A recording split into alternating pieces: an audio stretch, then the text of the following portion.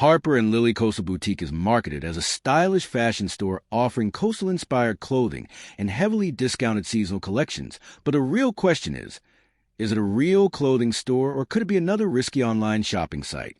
Now, to be fair, not every online boutique is a scam. Many small fashion retailers operate exclusively online and use social media advertising to attract customers. What it does well, the website looks professional. At first glance, the store appears similar to many modern boutique fashion brands. The clothing designs can be appealing. The store showcases stylish outfits that may attract shoppers looking for casual or coastal-inspired fashion, where the red flags start appearing.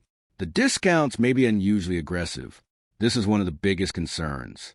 Extremely large markdowns are commonly used by questionable online stores to encourage impulse purchases. The store may have limited brand history. Many newer boutique websites have little long-term reputation, making it difficult to verify their reliability. Product photos may not tell the full story. Some online fashion stores use highly edited images or supplier photos that can make products appear more premium than they actually are. So, is Harper and Lily Coastal Boutique real or fake? Short answer.